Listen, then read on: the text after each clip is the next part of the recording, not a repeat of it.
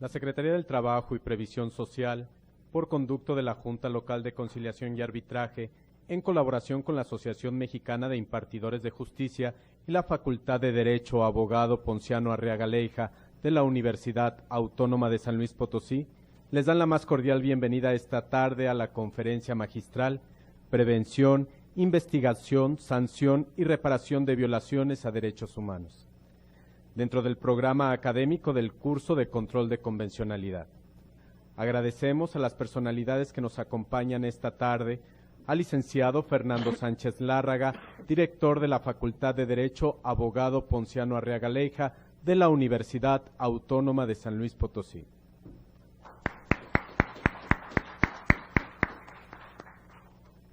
Al licenciado Víctor Manuel Parra Beovide, presidente de la Junta Local de Conciliación y Arbitraje.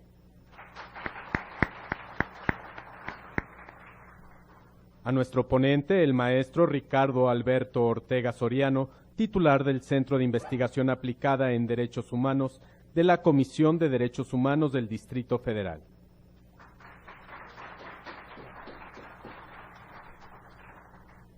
Esta conferencia es transmitida en vivo vía internet, por lo que todos los que forman parte del auditorio virtual pueden hacernos llegar sus preguntas al correo ayudaregistro@amij.org.mx. Damos la bienvenida a nuestro ponente, para lo cual daremos lectura a su currículum. El maestro Ricardo Alberto Ortega Soriano es egresado de la Facultad de Derecho de la Universidad Nacional Autónoma de México, obteniendo el grado de maestro en Derecho por la División de Estudios de Posgrado de la misma Casa de Estudios. Tiene estudios avanzados en Unión Europea y Derechos Humanos dentro del programa del mismo nombre por la Universidad de Alcalá de Henares, España. En el ámbito profesional, se ha desempeñado como subdirector de Política Internacional en Derechos Económicos, Sociales y Culturales de la Dirección General de Derechos Humanos y de la Secretaría de Relaciones Exteriores. Fue abogado y consultor en la Oficina de Defensoría de los Derechos de la Infancia.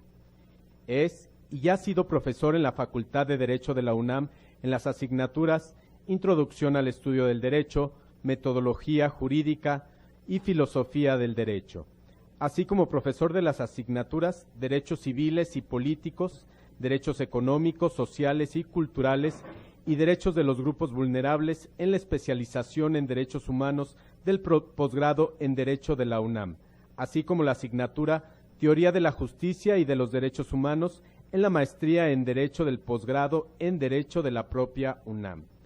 Tutor dentro de la maestría en Derechos Humanos y Democracia de la Facultad Latinoamericana de Ciencias Sociales, México.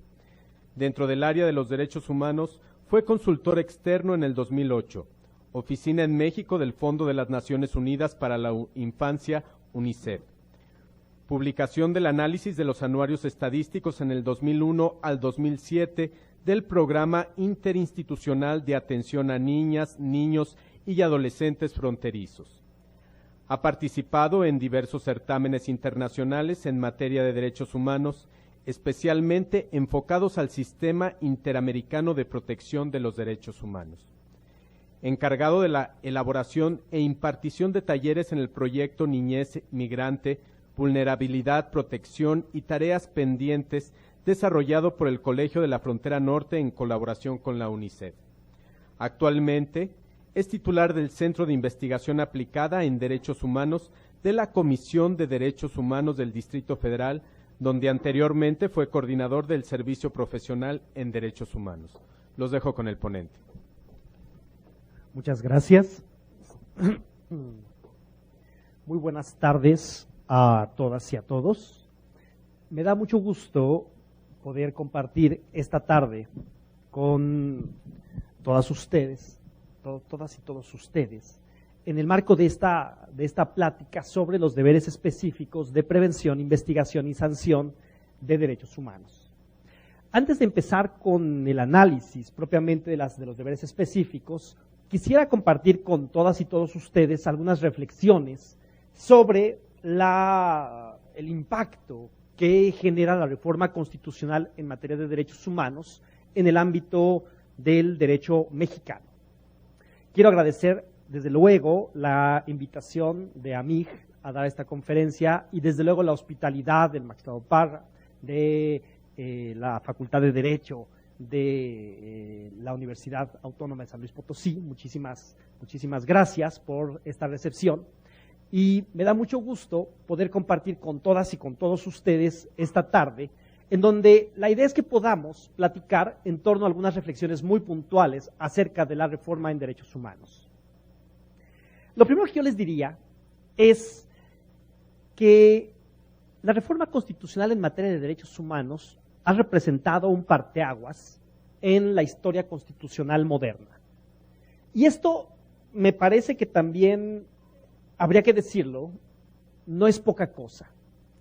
Yo en algunos foros, en algunas ocasiones, he tenido la oportunidad de compartir algunas reflexiones y en donde básicamente he dicho que la reforma en derechos humanos nos permite hacer ciertas cosas, pero hay cosas que la reforma constitucional per se no nos permite alcanzar.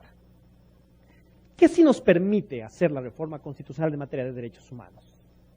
Me parece que, y esto me parece también que es fundamental, no podemos ver a la reforma en derechos humanos como una mera transformación semántica.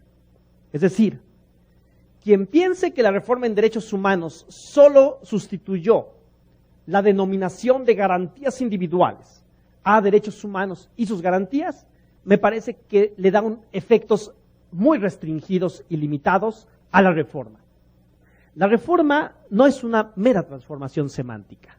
La reforma es ante todo la incorporación de una perspectiva metodológica e interpretativa distinta al sistema normativo mexicano. Y esto me parece que no es poca cosa. Por eso les digo que hay cosas que la reforma sí puede hacer. ¿Qué cosas son las que creo que sí puede hacer la reforma? En otras ocasiones también he utilizado la analogía, el ejemplo, de que el artículo primero constitucional es una especie de caja de herramientas. Así como los carpinteros tienen martillo y clavos, o desarmador y tornillos, son herramientas físicas. Las y los juristas tenemos herramientas analítico-conceptuales. Y entonces me parece que la reforma constitucional en materia de derechos humanos es una caja de herramientas que nos proporciona a las y los operadores de justicia una cantidad amplísima de herramientas interpretativas que nos permiten visualizar al sistema jurídico de otra manera. Hay otra reflexión que me parece también central a la luz de la reforma. Y esto creo que es muy ilustrativo. Cualquier problema que se mira con perspectiva de derechos, se resignifica. Es decir, un problema de derecho civil, un problema de derecho mercantil, un problema de derecho administrativo, visto con perspectiva de derechos, se resignifica. Un poco, creo yo, que el gran reto que nos plantea la reforma constitucional en derechos humanos es entender cuáles son los alcances de esa resignificación que adquiere el sistema jurídico mexicano a partir de la incorporación de las herramientas interpretativas del artículo primero. Y les digo que no es poca cosa porque si bien la reforma sí nos proporciona herramientas interpretativas, lo que la reforma no va a hacer per se, lo que la reforma no hace de manera inmediata o por decreto, es transformar la cultura jurídica de la conciencia de las y los abogados de este país. La transformación en la conciencia jurídica es un proceso más complejo, que requiere un esfuerzo muy importante, desde luego desde el ámbito de la academia, desde el ámbito de las escuelas de derecho, pero también desde el ámbito de las funciones administrativas y judiciales. Por eso creo yo que la reforma no va a transformar la realidad de la noche a la mañana. Es decir, quien piense que la reforma va a generar un nuevo escenario en México a partir del decreto, sí, me parece que le daría demasiadas expectativas a la reforma, porque la reforma sí nos permite contar con herramientas interpretativas, pero si no las utilizamos, si no las comprendemos, si no le damos plena vigencia, entonces la reforma se queda corta. Y esto me parece que también es de la mayor importancia. Quiero comentarles que justamente, o sea, si entendemos que la reforma constitucional en derechos humanos es o implica, ante todo, una transformación en el pensamiento jurídico, en la forma como las y los abogados vemos al derecho, entonces podemos entender de alguna manera cuáles son las grandes posibilidades que nos ofrece la reforma. Por ejemplo, el lunes 10 de junio, que se cumplieron hace menos de una semana, los 2 años de la entrada en vigor de la reforma constitucional en derechos humanos, la Suprema Corte de Justicia de la Nación, en conjunto con la Oficina del Alto Comisionado de las Naciones Unidas para los Derechos Humanos y la Comisión de Derechos Humanos del Distrito Federal, decidimos presentar una metodología para la enseñanza de la reforma constitucional en derechos humanos. Aprovecho la ocasión para hacer el comercial, porque me parece que lo que busca esta herramienta es dotar a las y los juristas, a las y los estudiantes en derecho, de herramientas interpretativas que les permitan aplicar a casos concretos el contenido de la reforma constitucional. Si ustedes ingresan a la dirección reformadh.org.mx, van a encontrar 8 guías de estudio, 8 módulos, elaborados por investigadoras e investigadores de diferentes universidades, que han analizado cada uno de los párrafos del artículo primero constitucional, analizando conceptos como interpretación conforme, bloque de constitucionalidad y convencionalidad, control de convencionalidad, teoría de la reparación integral en materia de derechos humanos, deberes específicos, obligaciones y principios, es decir, el corazón de las herramientas del artículo primero de la Constitución. El ejercicio se planteó en términos de un reto. ¿Cómo hacemos para que estos conceptos tan abstractos que están en el corazón de la reforma se materialicen en aspectos prácticos que las y los operadores de justicia utilicen al momento de resolver casos, o en el caso de las y los litigantes, al momento de plantear sus demandas? La estrategia que se eligió fue, a partir de casos, construir la aplicación de estas herramientas interpretativas. Este tipo de esfuerzos, un poco lo que nos dicen, o en el marco en el que se inscriben, es justamente el de reconocer que la implementación de la reforma no va a ser una cuestión fácil. Tendremos que vencer una serie de resistencias, tenemos que vencer una serie de ideas preconcebidas acerca del derecho para atrevernos a repensar las instituciones jurídicas. Hace algunos meses, en una conferencia en la que tuve la oportunidad de compartir decía el magistrado Jean-Claude Trompetit, decía una cosa muy interesante, y qué bueno que lo dijo él a sus colegas magistrados, porque además eso, cuando viene de personas de la academia, como yo, luego no se toman bien. Pero lo que decía el magistrado Trompetit era una cosa muy interesante. Les decía a sus colegas magistrados: tenemos el reto de tomar muchas de las cosas que aprendimos en las escuelas de derecho y, literalmente, dijo el magistrado, hay que tirarlas a la basura. Porque muchas de esas ideas con las que nos formamos el día de hoy nos estorban para darle plena vigencia a la reforma en derechos humanos. Como pueden darse cuenta, el reto no es mayor. Tenemos entonces frente a nosotros un nuevo paradigma que implica pensar de manera distinta. Un poco para explicarles en qué consiste esto de la idea de la resignificación del ámbito de los derechos humanos, lo que les podría poner es un ejemplo de una acción de tutela resuelta por el Tribunal Constitucional colombiano, en donde, fíjense lo interesante del asunto. Una mujer que sufría un padecimiento en los riñones acude a una serie de etapas en las que no me voy a detener, en el marco de una acción de tutela en Colombia, alegando que las empresas en Colombia, la prestación de servicios de agua y de luz, alegando que las empresas que prestaban el servicio de agua y de luz le habían cortado el servicio porque ella no pagaba. Lo que decía la empresa de prestación de servicios de agua y de luz es que pues ella había suscrito con las empresas un contrato de prestación de servicios y que cuando ella incumple, entonces la empresa está autorizada para restringir el servicio que les brindaba.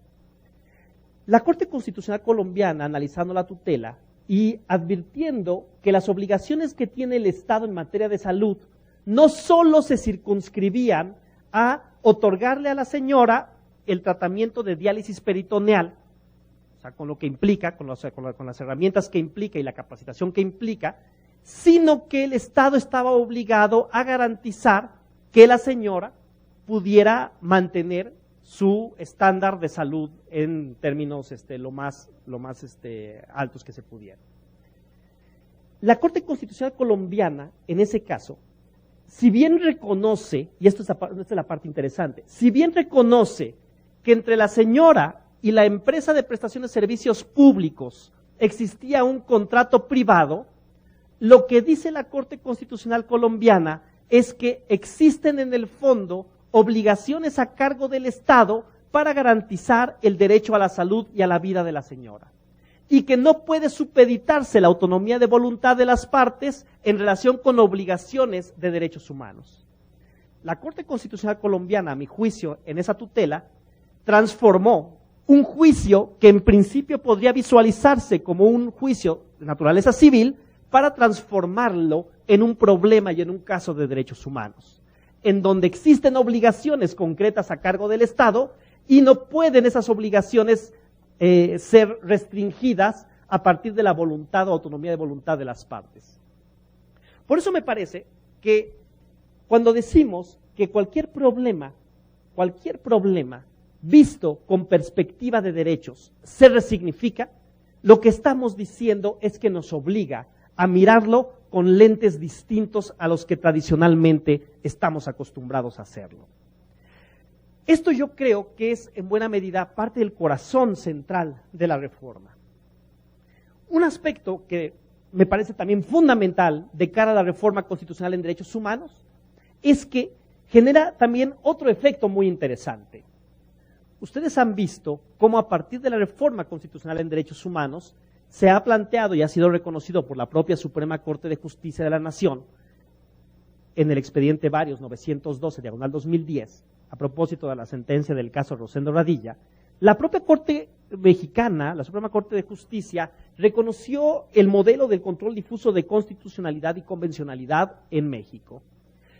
Si ustedes se dan cuenta, a partir de la reforma constitucional en derechos humanos y a partir de la determinación de la Suprema Corte, en donde cualquier autoridad está obligada a proteger, garantizar, promover y respetar los derechos humanos establecidos en la Constitución, me parece que esto, por ejemplo, diluye la vieja categoría o la vieja distinción entre jueces constitucionales y jueces de legalidad.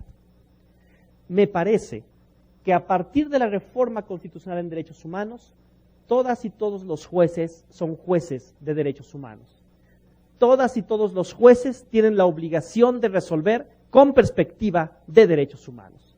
Y esto me parece que no es poca cosa. Porque si nos tomamos en serio esta expresión, o sea, si nos tomamos en serio la idea de que los jueces, de que cualquier juez de este país es un juez en derechos humanos, entonces todas y todos los jueces están obligados a conocer, a interpretar y analizar los problemas en clave de derechos humanos, que incluso nos obligan a conocer de manera amplia el contenido de las obligaciones internacionales que ha contraído México. Como pueden darse cuenta, las reflexiones que he planteado en esta parte inicial están orientadas un poco a dos aspectos. El primero de ellos, a reconocer que la reforma implica una revisión de las cosas que va más allá de una transformación menor. Es decir, hacernos a la idea de que la reforma constitucional implica una transformación paradigmática. Y número dos, a que la reforma per se no va a transformar ese estado de cosas en la cultura mexicana y que es necesario iniciar un proceso de implementación que nos lleve a asegurar los plenos efectos para la reforma.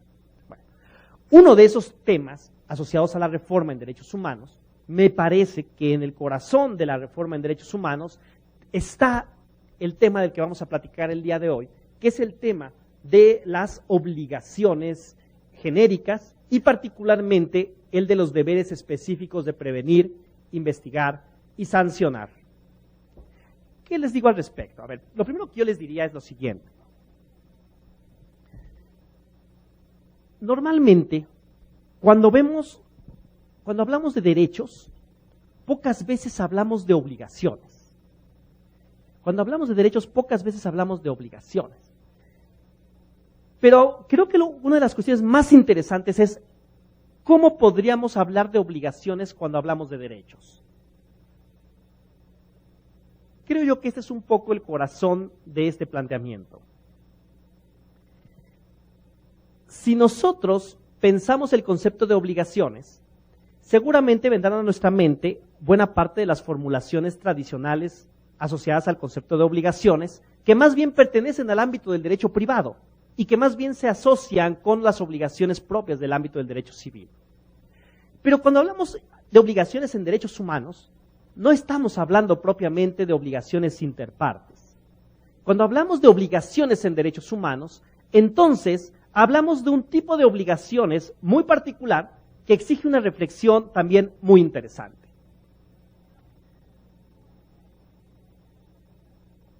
¿A qué voy con todo esto?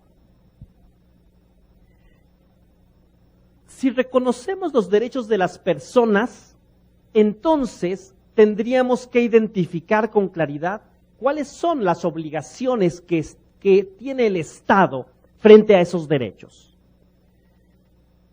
Frente a los derechos de las personas, una de las cuestiones fundamentales es identificar que existe un Estado que está obligado frente a esas personas.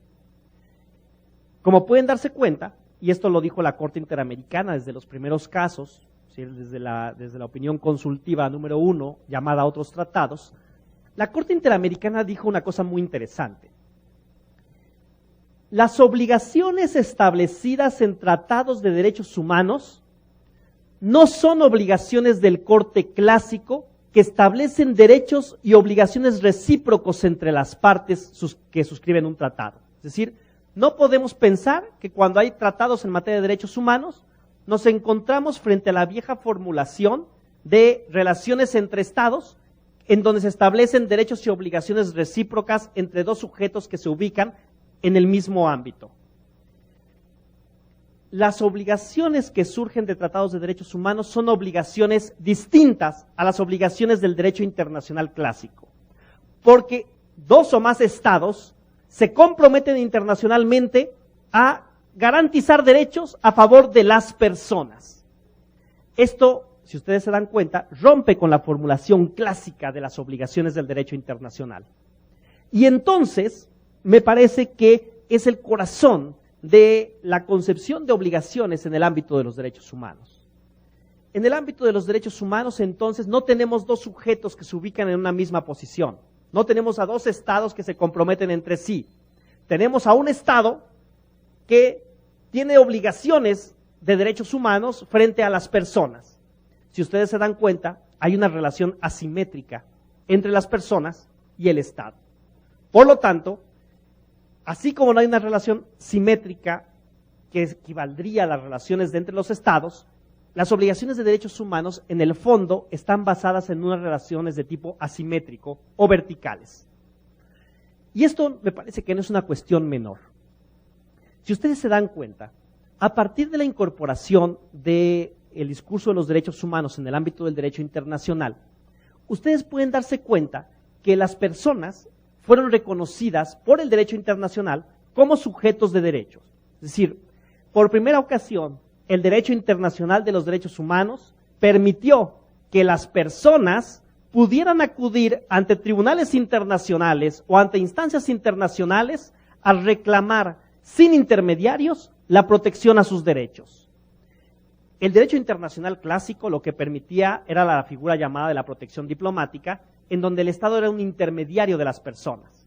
Y entonces, el derecho internacional de los derechos humanos lo que nos dice es, cualquier persona puede ser sujeto de derecho internacional, Si ustedes, por ejemplo, ven el nombre de los casos que existen en la Corte Interamericana de Derechos Humanos, se van a dar cuenta que siempre está el nombre de un Estado, el nombre de una persona o unas personas o un colectivo y el nombre de un Estado.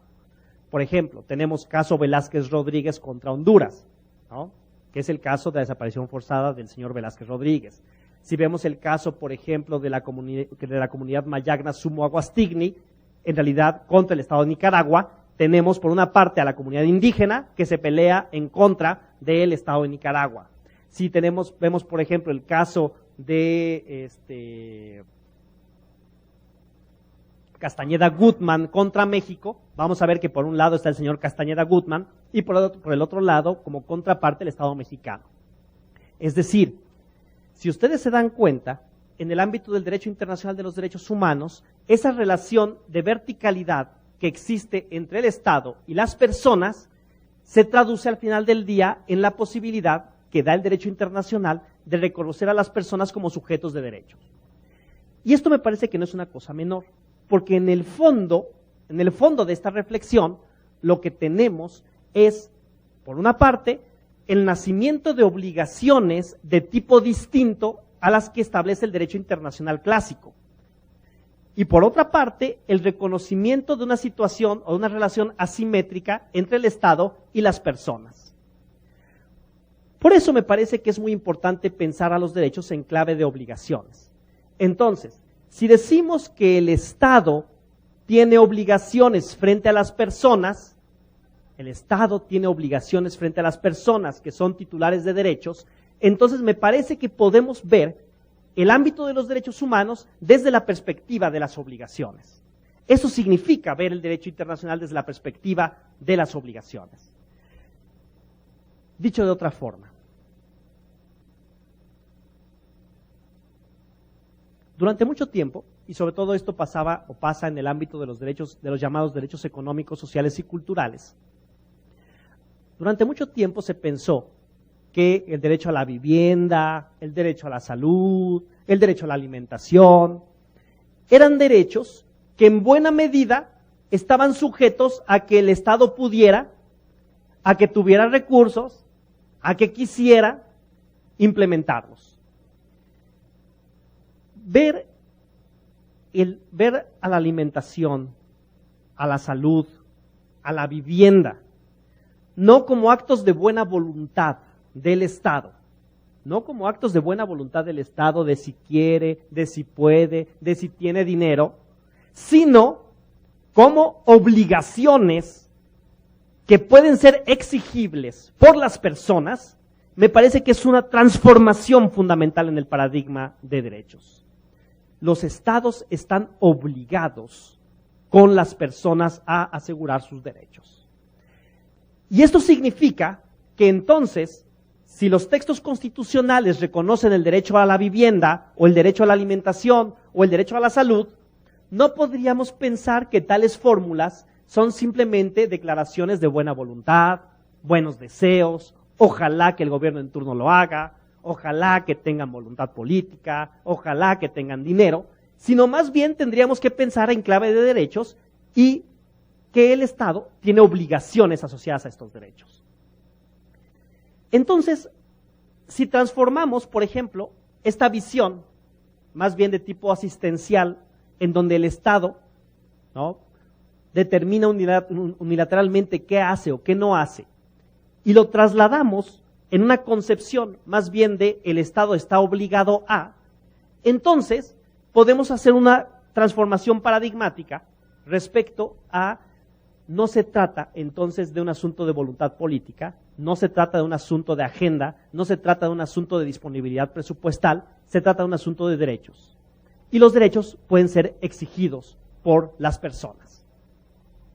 Pero para esto me parece que es importante, o sea, para que podamos establecer este cambio de paradigma, tendríamos que tener claridad respecto a qué implican las obligaciones genéricas que tiene el Estado frente a las personas. Históricamente se decía que, por ejemplo, el Estado tiene ciertas obligaciones en función del tipo de derechos de que se trate. Por ejemplo, ¿cómo hace el Estado para garantizar la libertad de conciencia y religión? ¿Cómo garantiza el Estado la libertad de expresión? Bueno, yo les podría decir, si yo considero como persona que tengo el derecho de escribir en un periódico un artículo, ¿no?, diciendo que el director técnico de la selección no hace bien su trabajo, pues alguien me diría que estoy actuando en el marco de mi libertad de expresión. Yo puedo ir a un diario y escribir que el director técnico de la selección no hace bien su trabajo, y eso parece que está amparado por mi libertad de expresión. En principio, el Estado estaría obligado a abstenerse de interferir con mi derecho. Es decir, el Estado tendría en principio la obligación negativa consistente en no censurarme.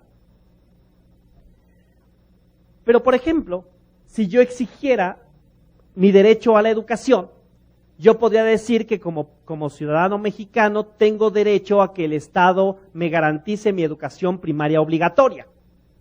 En este caso, la obligación básica del Estado, alguien podría decir, bueno, la obligación del Estado no es una obligación de abstenerse, al contrario, es una obligación positiva que consiste en Estado construye escuelas, págale a los profesores, crea programas de estudio. Son obligaciones positivas. Esta idea de las obligaciones, es decir, esta idea simple de las obligaciones, generó problemas durante algún tiempo, porque entonces a los derechos de la llamada primera generación, a los derechos civiles y políticos, que esencialmente son las libertades de conciencia y religión, de circulación, de expresión, de asociación, de reunión, parecía que solamente le correspondían obligaciones de abstención a cargo del Estado. Mientras que en el caso de las obligaciones de derechos sociales, que son obligaciones prestacionales, consistentes en una acción, parecería que solo le correspondería al Estado un hacer.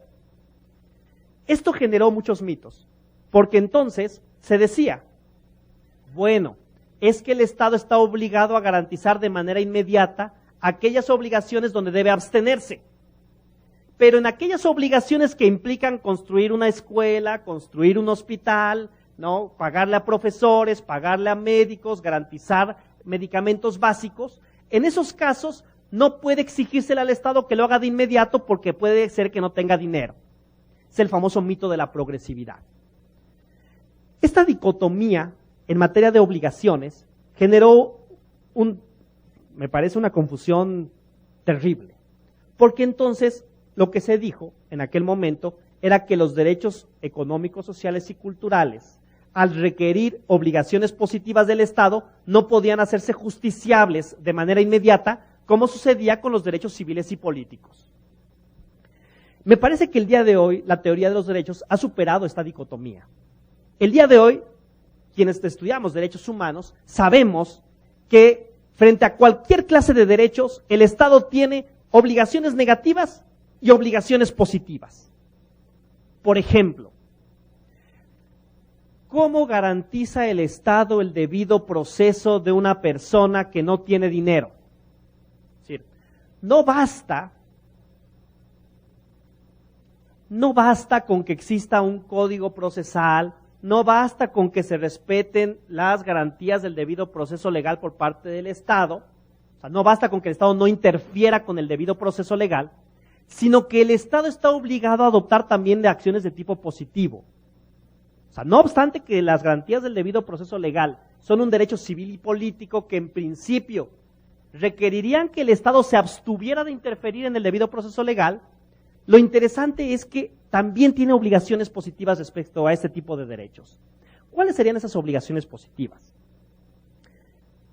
Pues la obligación positiva podría ser, pues crea una ley de defensoría pública, paga a un defensor de oficio y asegúrate que ese defensor de oficio acuda al juicio de esta persona que no tiene recursos para pagarlo por sí mismo. En el caso, por ejemplo, de los derechos económicos, sociales y culturales, no solo tiene obligaciones el Estado de tipo positivo. Por ejemplo, para que una persona pueda acceder a educación primaria gratuita, no solo basta que el Estado construya escuelas, paga a profesores, sino también es necesario que el Estado se abstenga de evitar que esas personas por alguna razón, por ejemplo, de tipo discriminatorio, puedan no acceder a la escuela. Es decir, si ustedes se dan cuenta, cuando hablamos de derechos humanos, hablamos de dos cosas.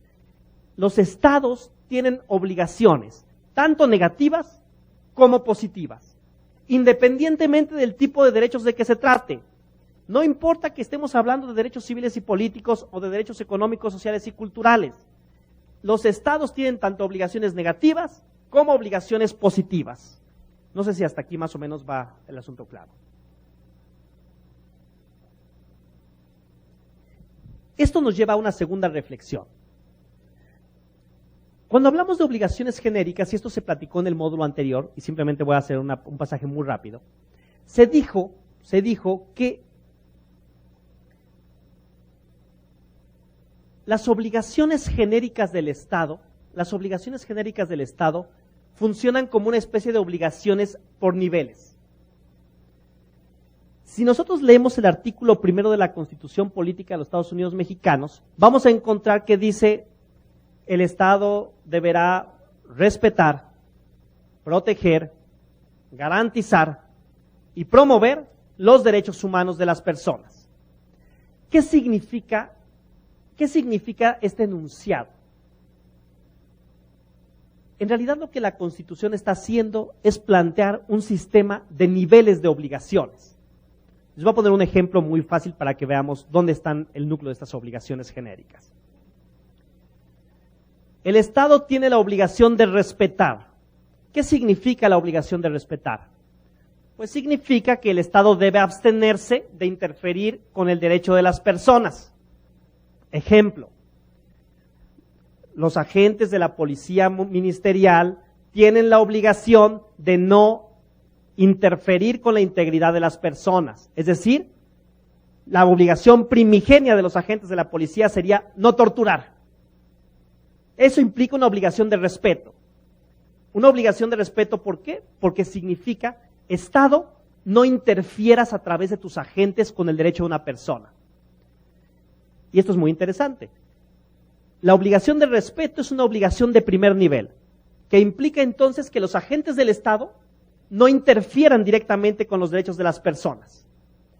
Pero, pregunta, si un agente de la policía ministerial tortura a una persona, es evidente que está incumpliendo en principio la obligación de respetar, porque siendo agente del Estado, interfirió con la integridad de las personas. ¿Estamos de acuerdo hasta ahí?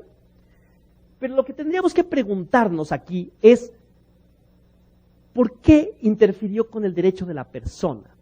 ¿Será que es un acto individual de un agente aislado en términos de que fue una decisión voluntaria del agente de la policía torturar a esta persona?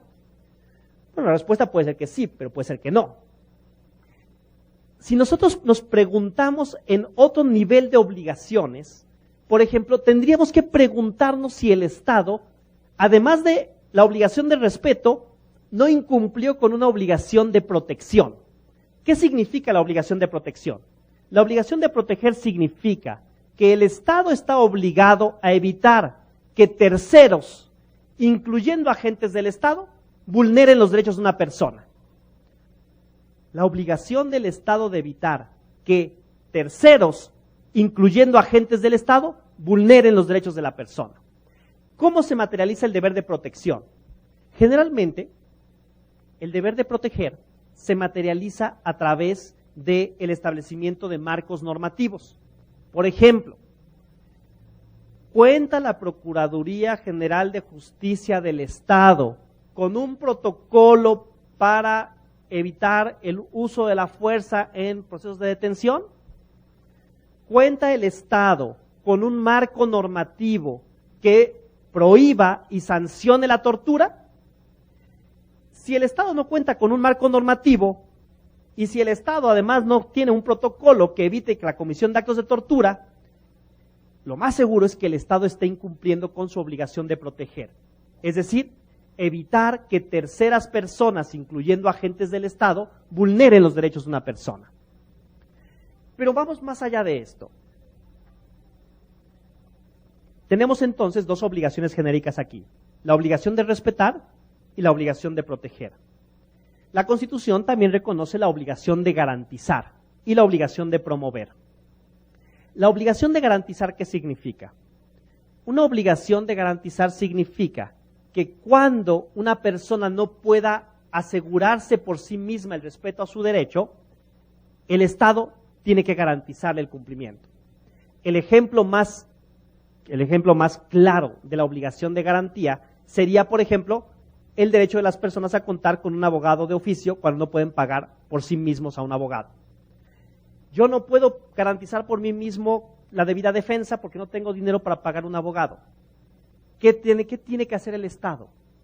Cuando una persona no puede por sí misma garantizar el goce de un derecho, el Estado tiene que hacerlo. Entonces, la obligación de garantía está asociada justo a este tipo de medidas que debe adoptar el Estado para asegurar que cuando una persona no puede por sus propios medios acceder a un derecho, el Estado esté obligado a hacerlo. Y la obligación de promover, que en realidad es una obligación que se ha reconocido como una obligación de gran calado. Es una obligación a nivel estructural y lo que impone, o sea, se ha discutido cuál es el significado de la obligación de promover del artículo 1 constitucional, y en realidad lo que nos damos cuenta es que la obligación de promover implica que el Estado deba adoptar acciones de gran calado para transformar estructuralmente la situación de violaciones a derechos humanos. Bueno, estas son las obligaciones genéricas. Sin embargo, dentro de la obligación de proteger, que es la segunda que les platiqué, la obligación de proteger implica, como se los dije hace un momento, que el Estado está obligado a evitar que terceras personas afecten el derecho de otras. Si ustedes se dan cuenta, la obligación de proteger es una obligación muy importante, sobre todo, por ejemplo, en ámbitos como el derecho a la salud o el derecho al trabajo. ¿Qué pasa cuando, por ejemplo, un hospital privado afecta el derecho a la salud de una persona? Lo que tendríamos que preguntarnos es si esa violación al derecho de la persona cometida por el hospital privado no fue producto del incumplimiento de la obligación de proteger a cargo del Estado. La obligación de proteger es una obligación que impone al Estado la obligación de asegurar que los terceros no afecten el derecho de las personas. Ahora les voy a poner un ejemplo donde va a quedar muy claro esta idea. Porque justamente dentro de la obligación de proteger es que tenemos algo que se llaman los deberes específicos de prevenir, investigar y sancionar.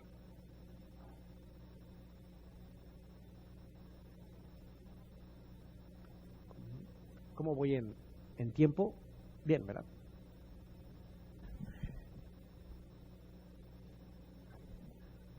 Ejemplo muy concreto. El caso del campo algodonero resuelto por la Corte Interamericana de Derechos Humanos a propósito de las mujeres desaparecidas en Ciudad Juárez. Fíjense qué cosa tan interesante. En el caso del campo algodonero, la Corte Interamericana analiza una situación entre los años 1993 y 2002, me parece, en donde se plantea el incremento de homicidios de mujeres en Ciudad Juárez. Lo interesante del caso Campo Algodonero es que la Corte Interamericana nunca logra comprobar que quienes desaparecieron y ejecutaron a las mujeres del caso Campo Algodonero fueron agentes del Estado. O sea, la evidencia probatoria no le permite a la Corte Interamericana decir fueron agentes de la policía los que ejecutaron a las mujeres del caso Campo Algodonero. La Corte Interamericana no encuentra elementos suficientes para determinar que fueron agentes del Estado. Sin embargo, la Corte Interamericana determina que México es responsable internacionalmente por esas muertes. ¿Cómo construye la Corte Interamericana el argumento en Ciudad Juárez? Y esto es muy interesante. Quiere decir lo siguiente: si la Corte no logra identificar que fueron agentes del Estado los que directamente privaron de la vida a las mujeres, quiere decir que el Estado no incumplió o no se pudo demostrar que el Estado incumplió con su obligación de respetar, ¿se acuerdan? No interferir directamente. Pero lo que se pregunta a la Corte Interamericana es si el Estado mexicano cumplió con su deber de garantizar los derechos de estas mujeres. El razonamiento del el razonamiento de la Corte Interamericana en el caso Campo Algodonero se basa, me parece, aunque la Corte lo analiza en términos de la obligación de garantizar, me parece que en términos teóricos se ubica más bien en el ámbito de proteger, ahorita les explico por qué, pero lo interesante es que la Corte Interamericana utiliza los deberes específicos de prevenir, investigar y sancionar como fundamento de la responsabilidad internacional del Estado mexicano. Voy a tratar de explicarlo.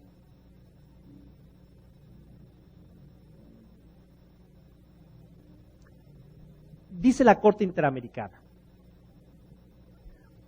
si bien no puede decirse que hayan sido los agentes del Estado los que perpetraron la desaparición y muerte de las mujeres del caso, lo que sí se puede establecer es si el Estado cumplió o no con sus deberes de prevenir, de investigar y de sancionar. ¿Qué implica para la Corte Interamericana el deber específico de prevenir? Y esto es muy importante. Lo que la Corte Interamericana dice es, a ver, los estados no podrían ser responsables de la muerte de cualquier persona en el estado. O sea, no puede imponerse a los estados una carga desproporcionada, dice la Corte. Sin embargo, lo que tendría que evaluarse por parte de la Corte es si existía una obligación de prevenir a cargo del Estado que fue incumplida. ¿Y en qué consiste la obligación de prevenir? Fíjense, la obligación de prevenir y la obligación de investigar, ha dicho la propia Corte desde sus primeras sentencias, los casos hondureños, la propia Corte Interamericana ha dicho que la obligación de prevenir y la de investigar son obligaciones de medio o comportamiento y no de resultado. ¿Qué implica una obligación de medio o comportamiento? ¿No? Es una obligación de medio comportamiento, me parece que obliga a la adopción de ciertas conductas, aunque no se pueda alcanzar un resultado determinado. Creo que el ejemplo más claro de una obligación de medio comportamiento pues, es el contrato de prestación de servicios que hacemos los abogados y las abogadas, ¿no? O sea, cuando se contrata a una abogada, a un abogado, generalmente le dice, oiga usted, abogado, ¿me puede llevar mi caso? Sí. Y entonces el abogado es un abogado muy diligente, que va a todas las audiencias, que presenta todas las pruebas, que hace todo lo que tiene que hacer, que no se le hace tarde en un solo día, que no deja pasar una sola contestación. Y entonces el abogado pierde el caso. Bueno, el hecho de que el abogado pierda el caso no significa que no haya cumplido con una obligación de medio comportamiento. La Corte Interamericana ha sostenido que la obligación de prevenir y la obligación de investigar son obligaciones de medio o comportamiento. Sin embargo, no obstante que sean obligaciones de medio o comportamiento, no significa que con cualquier clase de acción se tenga por cumplida esas obligaciones. La Corte, y esto es muy importante, ha incorporado, y en general los tribunales internacionales han incorporado un concepto llamado la debida diligencia.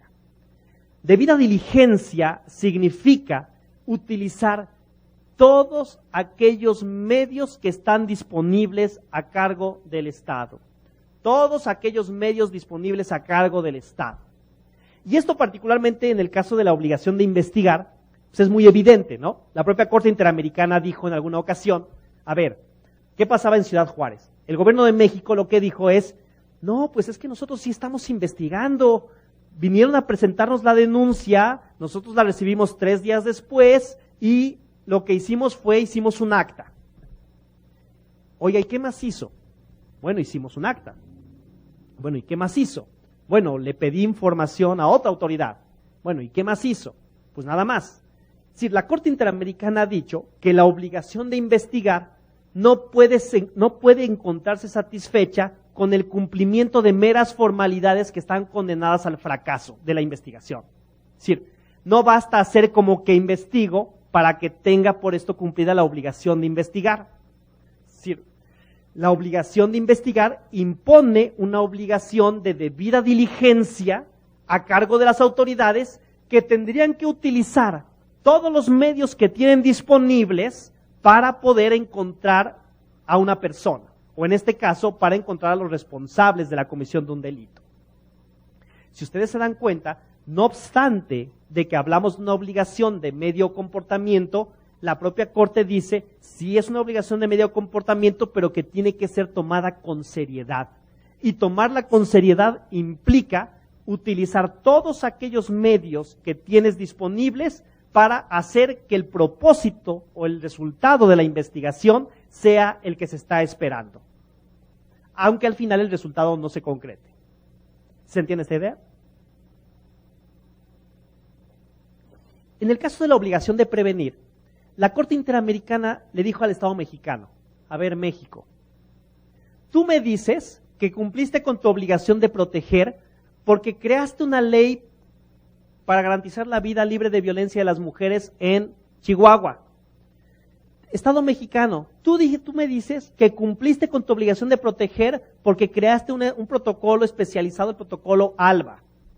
Tú, Estado mexicano, cumpliste con tu obligación de proteger porque dices que estableciste una agencia especializada para atender los casos de mujeres. Estado mexicano, no es suficiente. Y esto es muy importante.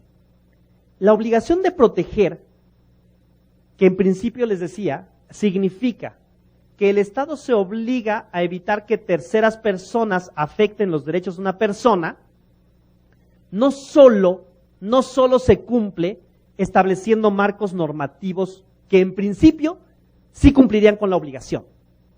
Lo que la Corte Interamericana le dice a México es lo siguiente: en una situación de normalidad, el establecimiento de esta ley de protección de las mujeres, el establecimiento de una agencia especializada y el establecimiento del protocolo ALBA, pues podrían considerarse como elementos para que tú garantices esta obligación. Sin embargo, Estado mexicano, desde el año 1993, yo tengo en el expediente que una serie importantísima de mecanismos internacionales, de organizaciones no gubernamentales, nacionales e internacionales, organismos del sistema de Naciones Unidas, te han dicho que hay un incremento en los factores de riesgo de las mujeres en Ciudad Juárez. Esto significa que en Ciudad Juárez no hay un clima de normalidad. Razonablemente, se te puede exigir que frente a una situación de riesgo, tú tengas que adoptar medidas específicas de protección. Estado mexicano, frente al incremento de homicidios de mujeres en Ciudad Juárez, ¿qué acciones adicionales a las que hubieras hecho en un plano de normalidad hiciste? No, pues ninguna. Estado mexicano, incumpliste con tu obligación de prevenir, porque razonablemente te era exigible que ante una denuncia de riesgo, con elementos objetivos que te permitían a ti tener claridad sobre esa situación de riesgo, no adoptaste medidas especiales de protección. La Corte Interamericana determina entonces que el Estado mexicano vulneró su deber específico de prevenir en el caso de Mujeres Ciudad Juárez, a partir de la evidencia sólida que existía sobre un incremento en las condiciones de riesgo y la proximidad de las víctimas al Estado. Con la obligación de investigar, pues pasó un poco lo mismo, ¿no? El Estado mexicano no cumplía con los estándares básicos de investigación diligente. Se les perdían las pruebas, no había mecanismos de cadena de custodia de las pruebas, no había resguardo judicial para las personas en los procesos de investigación, etcétera, etcétera, etcétera. Quiere decir que el Estado mexicano, también en el caso de Ciudad Juárez, no cumplió con su obligación de investigar diligentemente, porque lo que se dio cuenta la Corte Interamericana es que en Ciudad Juárez, las agencias del Ministerio Público, lo único que hacían es cubrir con la formalidad de levantar un acta y decir, estoy investigando. Quiere decir que también incumplió con su obligación de investigar.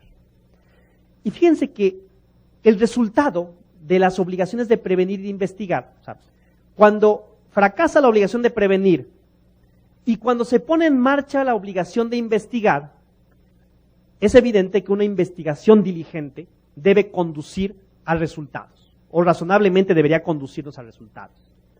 Esto hace que surja la tercera de las obligaciones del Estado, de los deberes específicos del Estado, el deber de sancionar.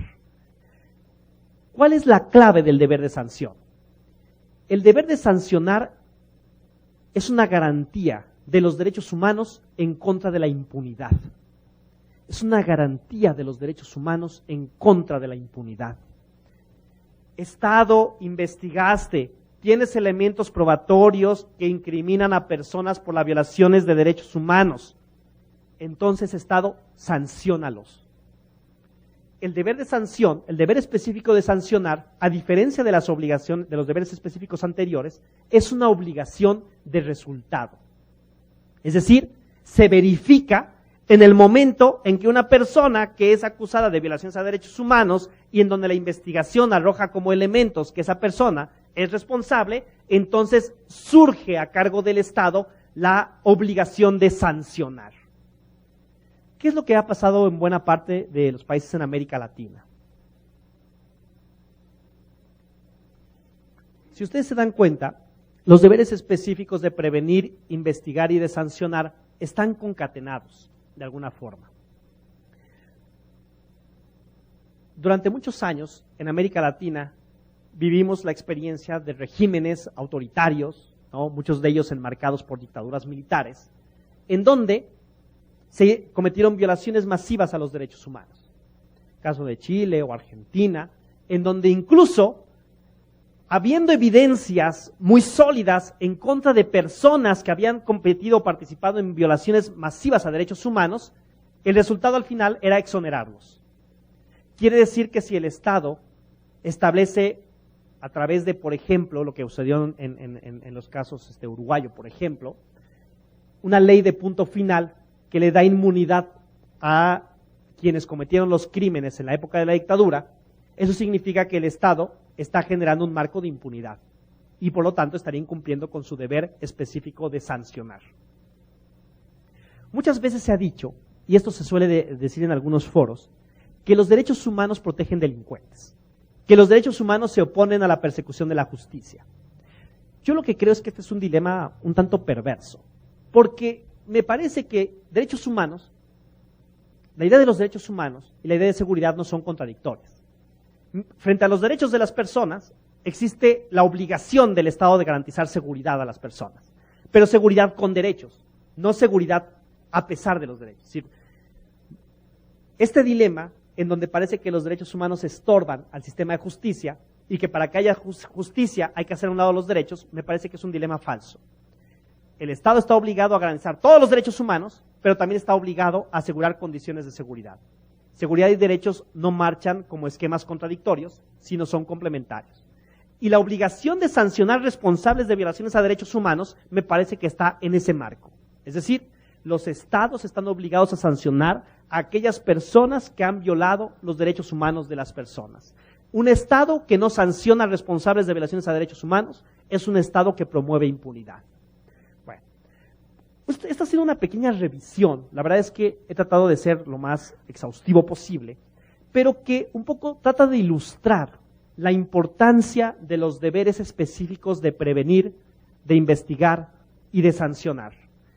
Creo yo que los deberes específicos, alojados en la obligación genérica de proteger, me parece que nos permiten entender aquellos casos en donde, uno, el Estado puede ser llamado a prevenir razonablemente que no se cometan violaciones a derechos humanos, pero que ya que se cometieron esas violaciones, el Estado está obligado a investigar diligentemente y a sancionar a los responsables. Me parece que esa es la lección que nos da la idea de los deberes específicos de prevenir, de investigar y de sancionar, y que desde luego no puede considerarse como una cuestión menor. Me parece que está también en el corazón de las obligaciones en materia de derechos humanos. Pues yo creo que por aquí yo le dejaría. Si tienen alguna pregunta, con toda confianza podemos responderla o tratar de hacerlo. Gracias.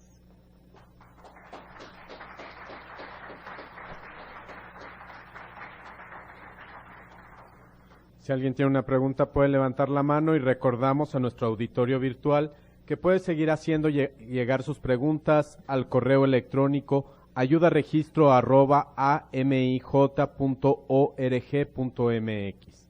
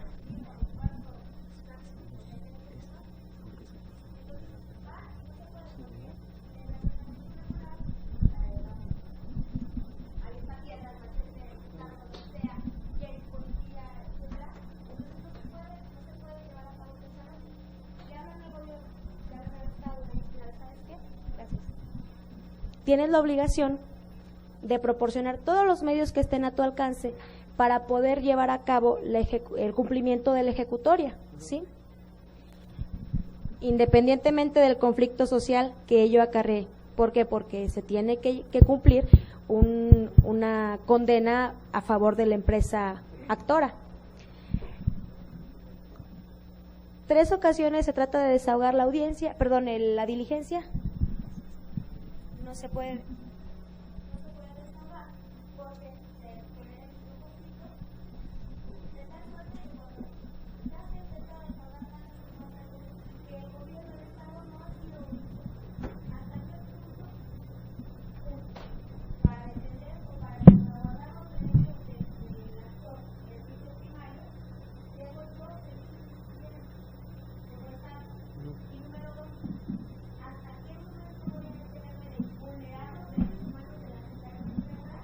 Digo que finalmente su derecho a la vivienda, yo voy a inventar como aquellos que hagan de ya hagan un plan de agua para todas estas cuestiones nos pagan ya especificadas que se debe ayudar. Empresa que el municipio se quiera. Entonces, aquí la autoridad han estado diciendo de parte de ellos no estoy siendo estoy dando la mayoría quiere cualquier para la que va y el derecho se requiere y lo que ministeriales ahora lo necesitan.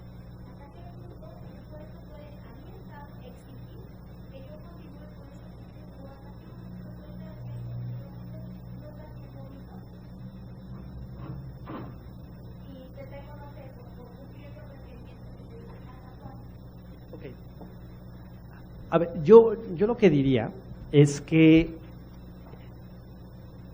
quizá pensando el asunto desde una perspectiva de derechos, y voy a tratar de utilizar como ejemplo, hay un caso muy parecido en Sudáfrica, que es la sentencia del caso Grootboom, en donde justamente se plantea exactamente el mismo problema. Es decir, un asentamiento irregular que afecta los derechos de una persona que tiene sobre un bien inmueble, y entonces hay un dilema porque, por una parte, se plantea el tema del desalojo para garantizar los derechos, el derecho a la propiedad de una persona, pero por otra parte se plantea la contradicción con los derechos a la vivienda de las personas que viven en situación de alta marginación. Yo creo que la clave del asunto no está justamente en la ejecución de la sentencia. La clave, quizá, del asunto está justamente en las obligaciones del Estado. Si el asunto lo vemos como un asunto entre sujetos de derecho privado, estrictamente, lo que veríamos es el incumplimiento de una ejecución, de una ejecutoria por parte de un juez que ordena la desocupación de un inmueble, y entonces lo que veríamos es un conflicto entre sujetos de derecho privado. Lo que hizo la Corte Constitucional en Sudáfrica fue algo muy interesante, porque lo que dijo es que si bien es cierto, es fundamental garantizar el derecho a la propiedad de aquella persona que tiene la titularidad del bien inmueble, no podría soslayarse que el Estado había incumplido a partir de las políticas públicas en materia de vivienda con su obligación de garantizarla hacia personas de grupos de sectores marginados. Y esto es muy interesante porque además, en un hecho inédito hace algunos años y ahora ya no tanto, y bueno, en México yo creo que sí, sigue siendo, porque la Corte Constitucional de Sudáfrica construye este caso como un asunto de políticas públicas en materia de vivienda. Y lo que dice la Corte es, ojo, este no es un conflicto entre sujetos privados. Este es un asunto en el que una persona está siendo afectada, pero no por las personas que están invadiendo por necesidad, sino porque el Estado ha fracasado en la adopción de políticas públicas para garantizar vivienda a las personas que no tienen recursos. Y entonces la Corte Constitucional ordena, curiosamente, el restablecimiento del bien a la persona, pero garantizando el acceso a la vivienda de aquellas personas que habían ocupado los predios irregulares. Eso me parece que es justo lo que transforma la visión de un caso. De visualizar el caso como un asunto entre sujetos de derecho privado, la Corte Constitucional Sudafricana lo que te dice es un asunto de políticas públicas. Y si revisa la sentencia, que ahí la tengo, si la quiere alguien se las puedo pasar. Si revisan la sentencia, la Corte lo que dice es, a ver, desde la época del apartheid, en Sudáfrica hay un factor de inequidad social que el día de hoy está detonando en este problema. Y entonces la Corte Constitucional de Sudáfrica deja de ver un asunto como, es decir, porque el asunto podría reducirse a en qué momento va la policía, ¿no? En qué momento la policía tiene que ir a desalojar a las personas para garantizar entonces el cumplimiento de la sentencia, para entenderlo como un problema que se detona por el incumplimiento de una obligación inmediata a cargo del Estado. Eso me parece que es la diferencia del enfoque.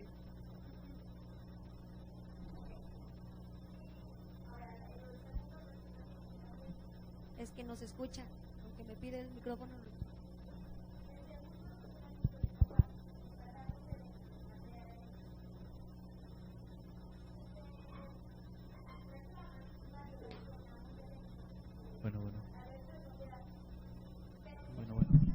Bueno.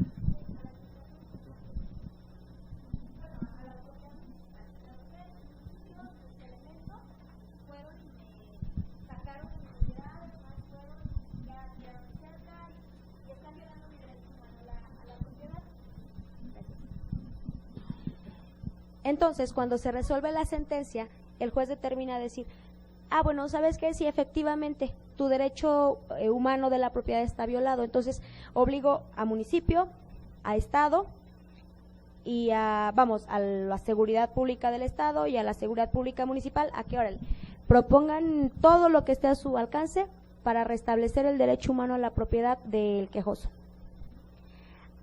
¿En qué momento? Digamos, es que cuando hablamos de Estado no se entiende cuál de los tres niveles es el que debe ser el responsable de poder salvaguardar o de poder reparar el derecho humano vulnerado, ¿no?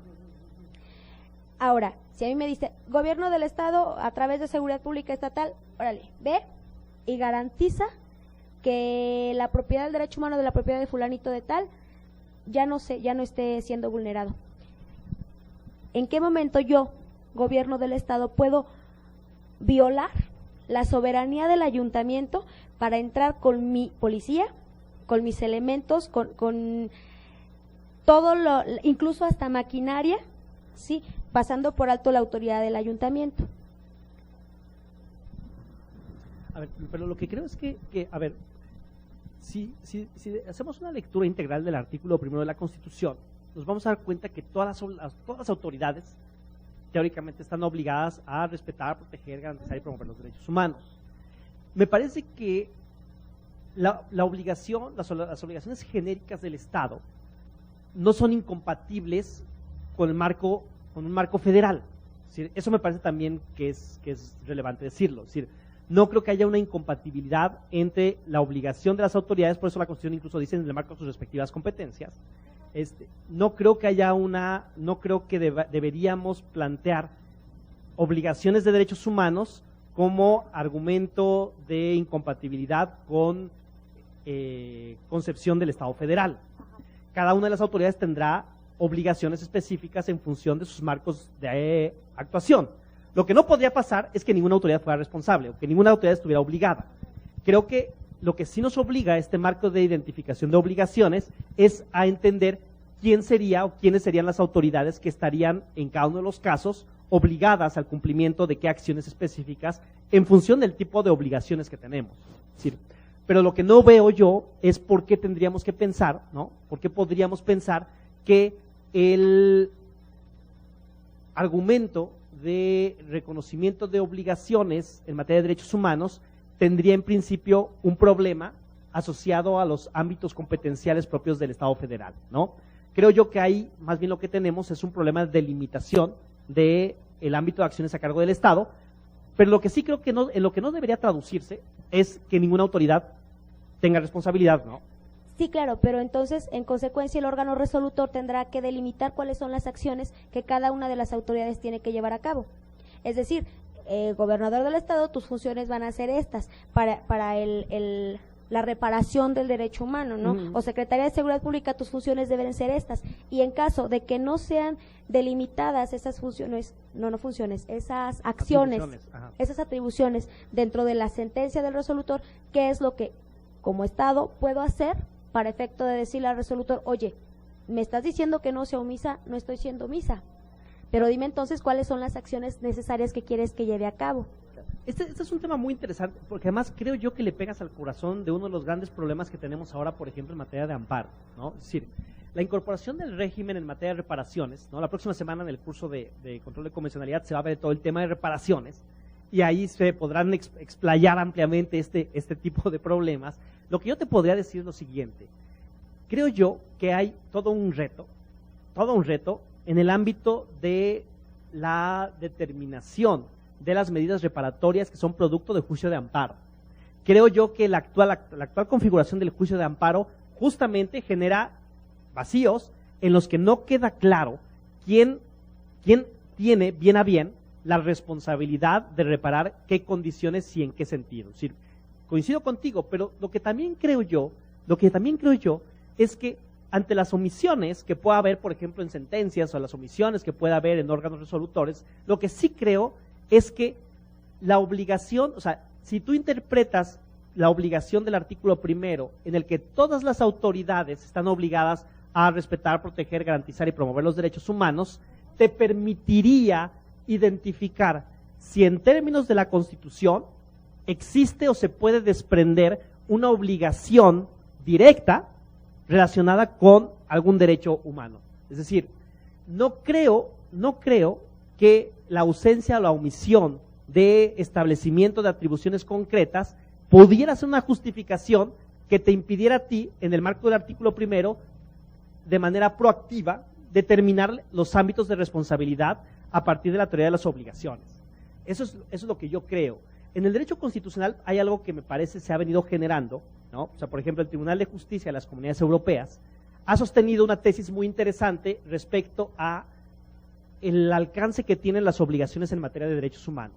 Lo que ha dicho el Tribunal Europeo es: los derechos humanos imponen obligaciones directas y de efecto inmediato. ¿Qué significa esto? Que no puedes argumentar que no hay una legislación secundaria que te especifique exactamente con precisión el ámbito de una atribución determinada, cuando tú puedas deducir del ámbito de una obligación que te corresponde tal deber, tienes que actuar. Es decir, la ausencia de legislación secundaria no es un argumento válido que pueda nulificar o limitar el alcance de las obligaciones establecidas, en el caso del Tribunal Europeo, en términos del derecho comunitario. En el caso de los tribunales constitucionales, yo diría en el ámbito constitucional. Maestro, usted nos refiere que prácticamente todos los impartidores de justicia se convierten en Jueces derivados de la constitucionales. reforma constitucional, se convierten o asumen facultades también para ser, entre comillas, jueces en materia de derechos humanos. Encaminado a esto, me plantearía lo siguiente: la Declaración Universal de Derechos Humanos está junto a protege en serio el protocolo específico sobre la materia del trabajo, y se da para garantías a los trabajadores. Entre ellos está la de una jornada máxima de trabajo. Nuestra ley para el trabajo establece una sanción o un beneficio para el trabajador que trabaje en tiempo extraordinario, horas extras, sin pago, adicional a su salario. Habrá que calcular de qué sentido, sobre el cual se advierte que la sanción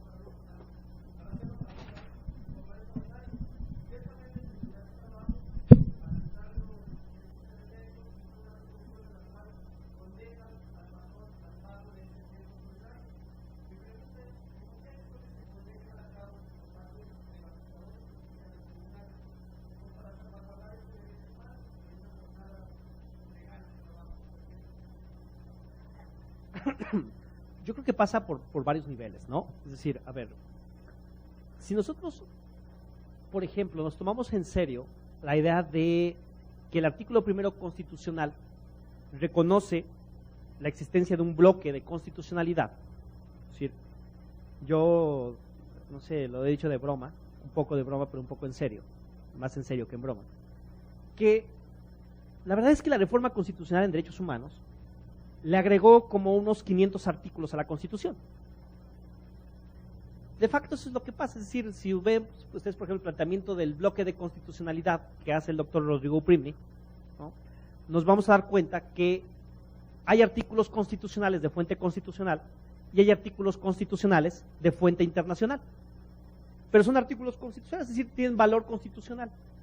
En materia de derechos humanos, me parece que los problemas de derechos han dejado de ser problemas de jerarquía. Esta vieja discusión de que si el 133, que si las leyes generales, si las leyes federales, y esta discusión que a mí me parecía de veras a veces un tanto barroca, ¿no? Por fortuna, con la reforma constitucional de derechos humanos, me parece que ha dejado de tener sentido. Porque en realidad el día de hoy, lo que las y los operadores de justicia tendrían que hacer es un análisis de constitucionalidad ampliado. Es decir, identificar dónde están las obligaciones de derechos humanos para el Estado que más amplifican los derechos de la persona. Y alguien ha dicho, ¿no? Es decir, ¿cuál es la norma que debería preferirse para aplicación de un caso práctico? Pues la norma que más proteja los derechos de la persona. Esté en una constitución, esté en la constitución, esté en un tratado internacional o esté en una circular administrativa. Es decir, no importa la jerarquía del instrumento normativo, lo importante es la identificación de la norma más protectora. Yo creo que la tarea interpretativa de los juzgados, de las autoridades del trabajo en cualquier esfera o nivel de gobierno, me parece que están asociadas justamente a garantizar la incorporación de los marcos normativos más amplios en favor de las personas. Me parece que la aplicación de estricta legalidad a la que históricamente se había condicionado el actuar de los tribunales inferiores, me parece que el día de hoy no es un argumento. ¿Cuáles son las cosas que se pueden hacer? Pues me parece que, para empezar, la identificación del marco normativo amplio que garantice los derechos de la persona es un primer elemento fundamental para la protección de los derechos.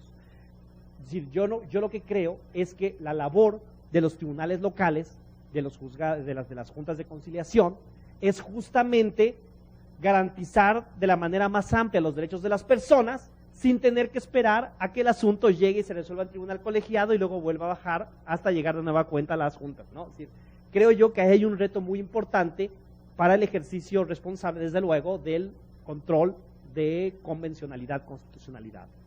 Entonces, yo lo que te diría es que si nos tomamos en serio la idea de convertirnos en auténticos jueces constitucionales, como tú bien lo dices, tendríamos que identificar cuáles son las obligaciones constitucionales amplificadas.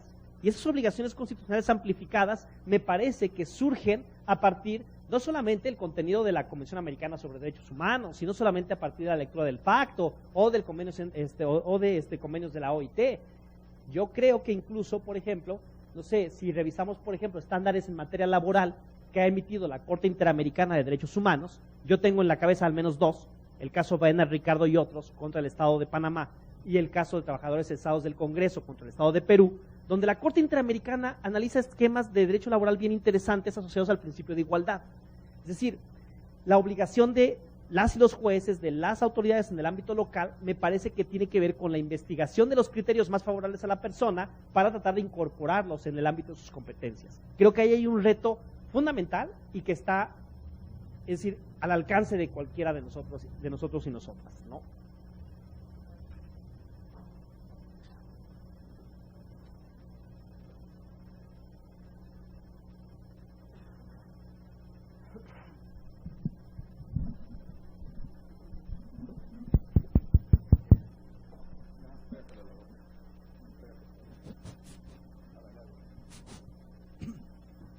Bueno, creo que todas las reformas, todo lo que ha habido en favor del hombre en lo individual, pues está muy bien. Lo que pasa es de que hay ciertas violaciones de carácter muy general a la justicia en favor del hombre.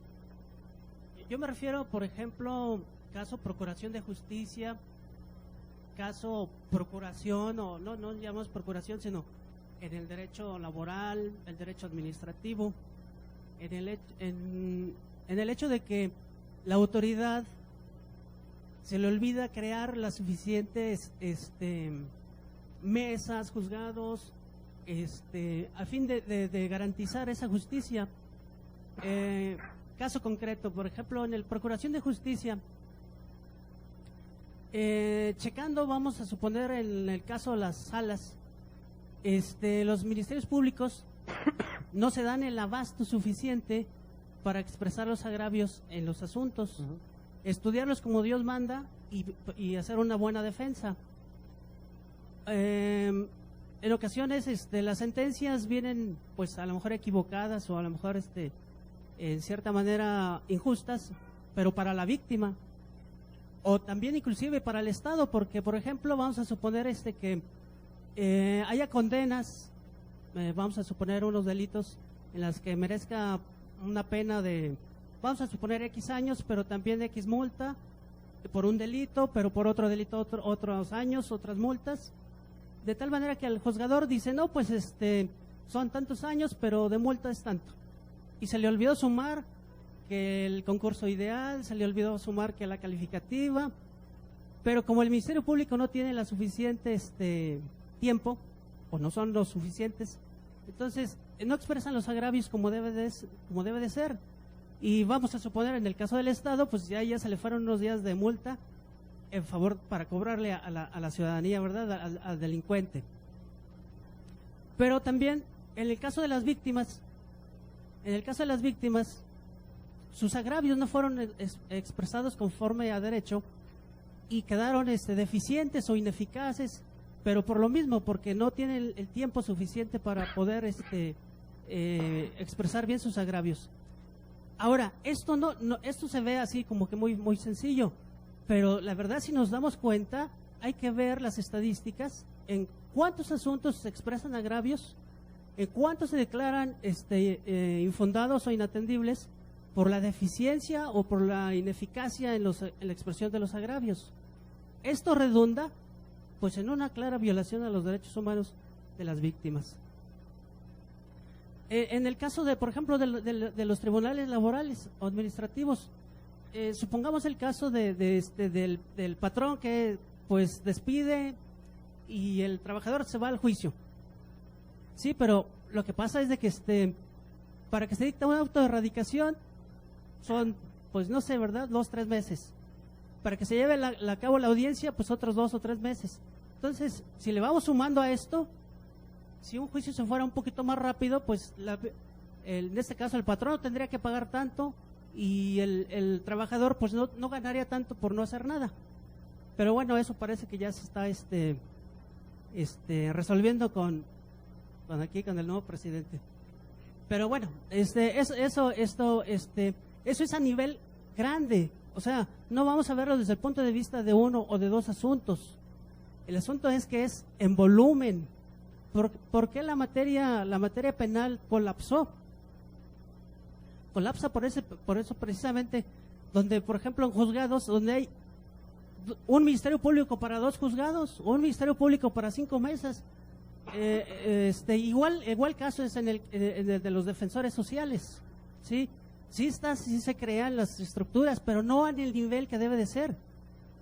Si nos vamos, por ejemplo, en el caso del tribunal administrativo, en el caso del tribunal administrativo, una persona que se ve afectada en su perjuicio por el Estado, le mandan ante una tribunal administrativo.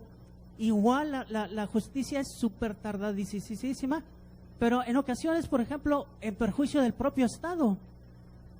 Hay sentencias o resoluciones en las cuales el Estado tiene que pagar una cantidad de dinero exagerada, pero por su misma lentitud, su mismo peso, de que no crean las suficientes mesas o suficientes figuras jurídicas para que sea un poquito más rápida esa expedición de justicia. Yo digo, por eso como que sí hay que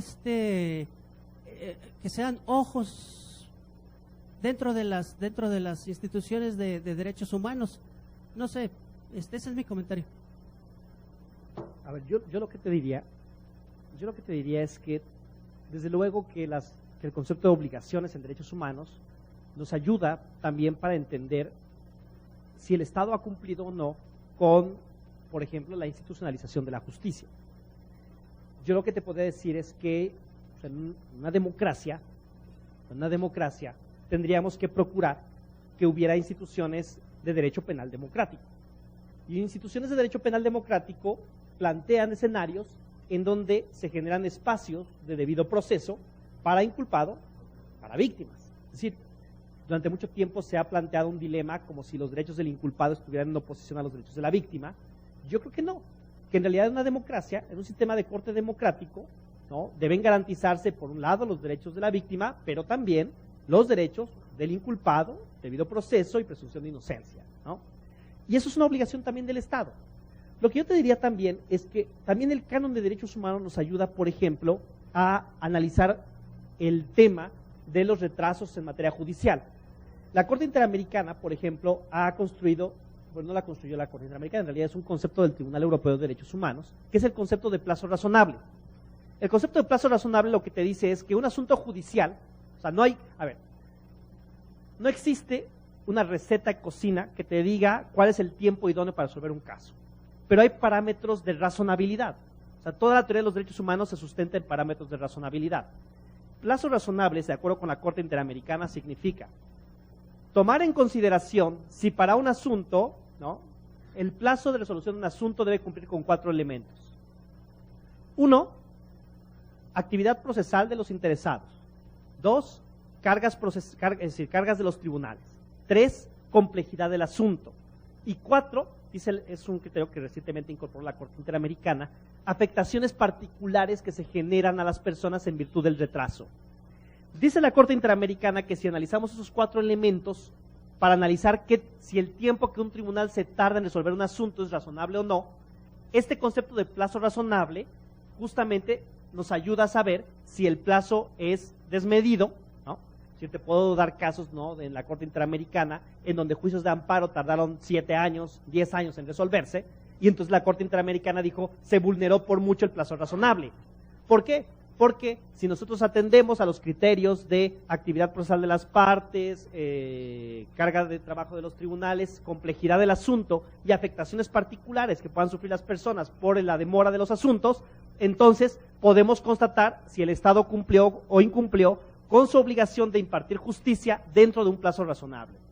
Entonces yo lo que te diría es que desde luego que los parámetros de derechos humanos también nos permiten saber si los tribunales se tardan en resolver asuntos un plazo razonable, ¿no?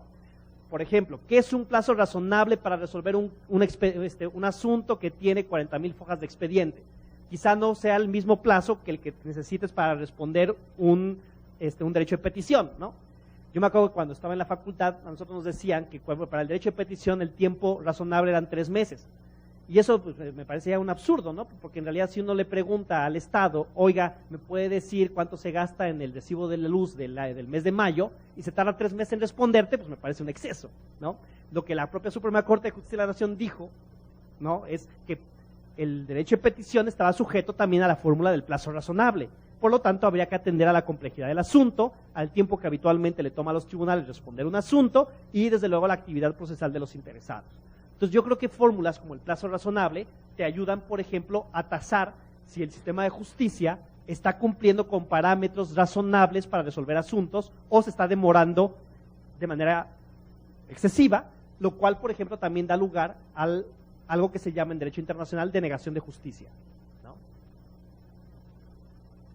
sé si hay alguna otra.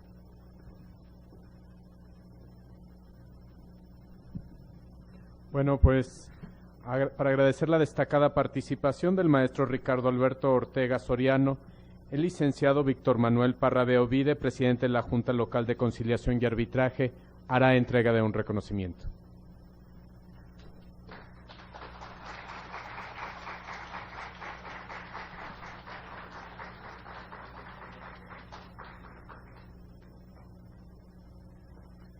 La Secretaría del Trabajo y Previsión Social, por conducto de la Junta Local de Conciliación y Arbitraje, en colaboración con la Asociación Mexicana de Impartidores de Justicia y la Facultad de Derecho Abogado Ponciano Arriaga Leija de la Universidad Autónoma de San Luis Potosí, les agradece su asistencia esta tarde. Muchas gracias.